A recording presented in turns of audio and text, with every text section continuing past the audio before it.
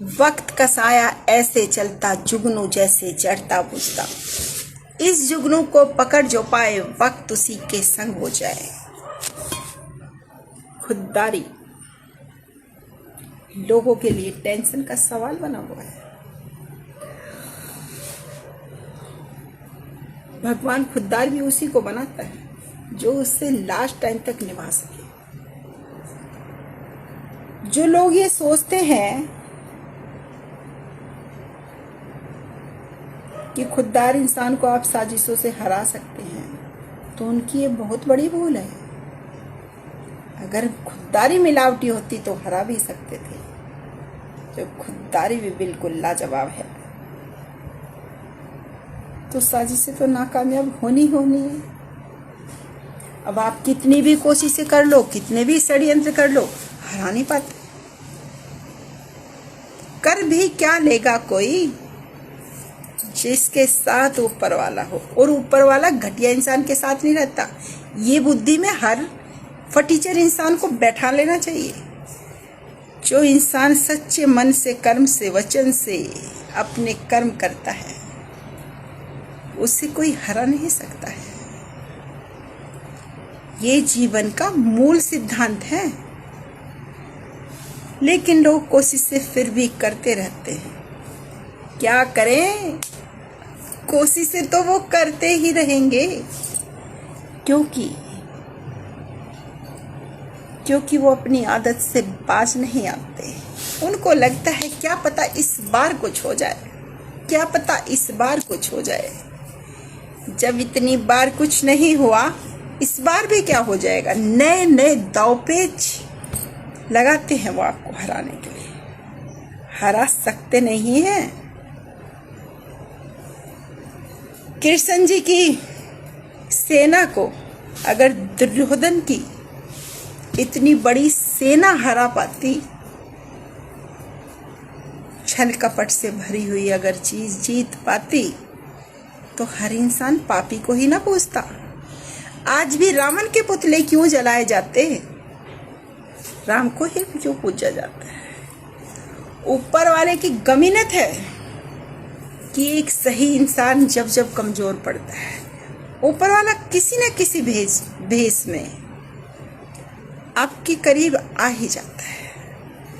लोग गलत बोलते हैं कि कलयुग में भगवान नहीं है।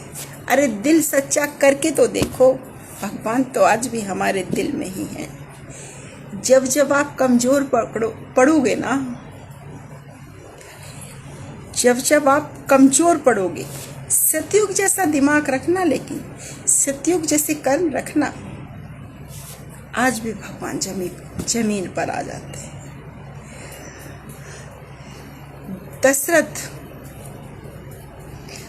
दशरथ ने श्रवण कुमार को मार दिया और फिर बोलता है मुझे पुत्र का दुख क्यों हुआ। मेरा मतलब किसी के भावनाओं को ठेस पहुंचाना नहीं है। मेरा मकसद सिर्फ इतना है कि सही इंसान के साथ बुरा मत करो, नहीं तो यहीं के कर्म यहीं भर के मरता है इंसान। अगर एक सही इंसान कमीनेपन पर नहीं उतर आ रहा ना, अगर एक सही इंसान कमीनेपन पर नहीं उतर कर आ रहा ना, आपको हराने के लिए, इसका ये मतलब नहीं है कि कमजोर है। उसे भरोसा है अपने कर्मों पे, उसे भरोसा है इस बात पर कि जो उसका है वो उसे मिलकर रहेगा। वो बोलते ना, वो मांगना नहीं जानता, मांगते भिखारी हैं। खुददार इंसान छीनना जानता है। जो उसका है उसे वो ऊपर वाले से भी, किस्मत से भी और उन पापियों से भी छीन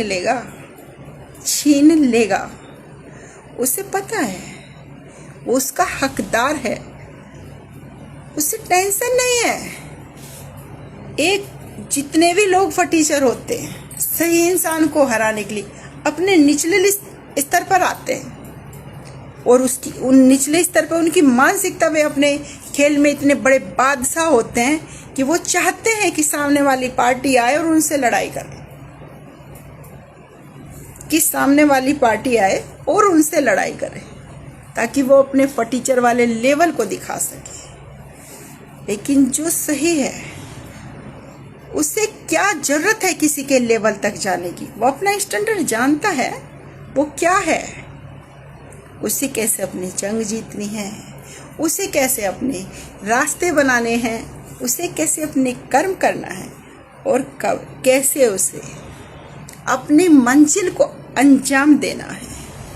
इतनी बुद्धि सही इंसान जानता है, इसलिए वो शॉर्टकट नहीं अपनाता।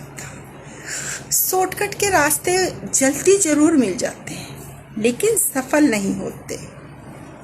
वो बोलते हैं ना, एक वो इंसान जो छोटे लेवल से ऊपर को धीरे धीरे अपनी मेहनत से बढ़ता है, वो उन बारीकियों को भी सीखता चलता है। लेकिन जो इंसान डायरेक्ट चला जाके बैठ जाता है, वो उन उतार चढ़ाव को नहीं देख पाता जो देखने चाहिए। ये जिंदगी का ये भी एक सबक है, ये सीख ही लेना चाहिए। जीवन क्या है? जीवन संघर्ष का ही तो नाम है। और आप ये सोच रहे हो बिना कुछ करे ऐसे और जाके कुछ भी हासिल कर लो, वो गलत बात है। सही तरीके से जीने के लिए उतार चढ़ाव का तो रास्ता आपको आजमाना ही चाहिए और आजमाना ही चाहिए और उस रास्ते से चल कर जाना चाहिए। कल जब आप ऊपर खड़े होके देखोगे ना, तब आपको अंदाजा हो जाएगा कि अगर आप ये करते तो फला इंसान आपके साथ ये कर सकता था, और अगर आप ये करते तो फला इंसान आपके साथ ये कर सकता था। वो सारी बारीकियां जब आप समझ के आगे चलते हो ना, तब जीत तो निश्चित है। तो धन्यवाद मेरे सारे वेल विशर्स को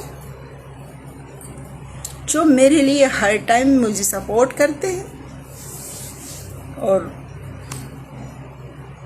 गुड नाइट।